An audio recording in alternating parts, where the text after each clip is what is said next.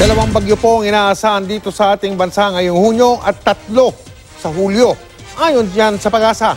Pero bago pa man dumating ang mga bagyo na yan, gumawa na po ng paraan ng Pag-asa para mas maintindihan ng publiko ang kanilang mga tropical cyclone warning signal. Nakatutok si Mars Zambrano. Sa halip na wind speed, mas pagtutuunan ng pansin sa pag-anunsyo ng tropical cyclone warning signals. Ang impact o epekto ng bagyo depende sa lakas nito. Kasama na rito ang power, roads, agriculture at overall damage sa industriya.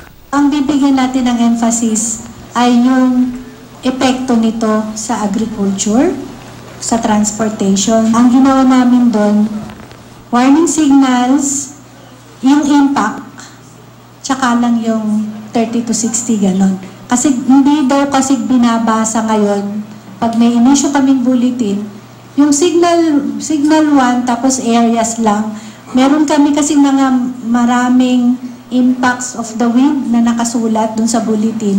Mukhang hindi nakakarating dun sa tao yung pagbabasa dun sa dulo. Inilatag din ang Enhanced Flood Warning and Information Systems sa malalaking river basin sa Mindanao na madalas binabaha tuwing panahon ng tag-ulan o bagyo, at water release system sa mga dams at seguridad ng river basins. Ayon kay Mr. Roy Abadilla ng Hydrometeorology Division, kasado na ang mga sistema sa flood forecast at tapos na rin ang halos lahat ng installations ng flood forecasting and warning systems sa mga major river basins sa bansa. Nilinaw din ng Pag-asa na walang namamataang El Nino o La Nina phenomenon sa buong bansa taliwas sa kumakalat sa social media. Huwag daw basta-basta maniniwala sa makikita online, lalo na kung hindi base sa Pag-asa official weather reports. Some other weather centers, not weather centers, mga private. Weatherpacific.com, I can mention anything. Tingnan nyo sa kanan, tad-tad ng commercial Google Ad.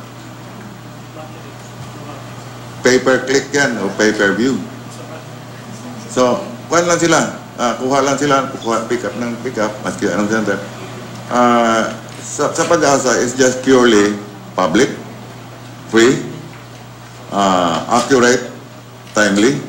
Base naman sa tropical cyclone forecast, maaaring magkaroon ng 2 bagyo sa June at 2 hanggang 3 bagyo naman sa July. Mark Zambrano, nakatutok, 24 oras.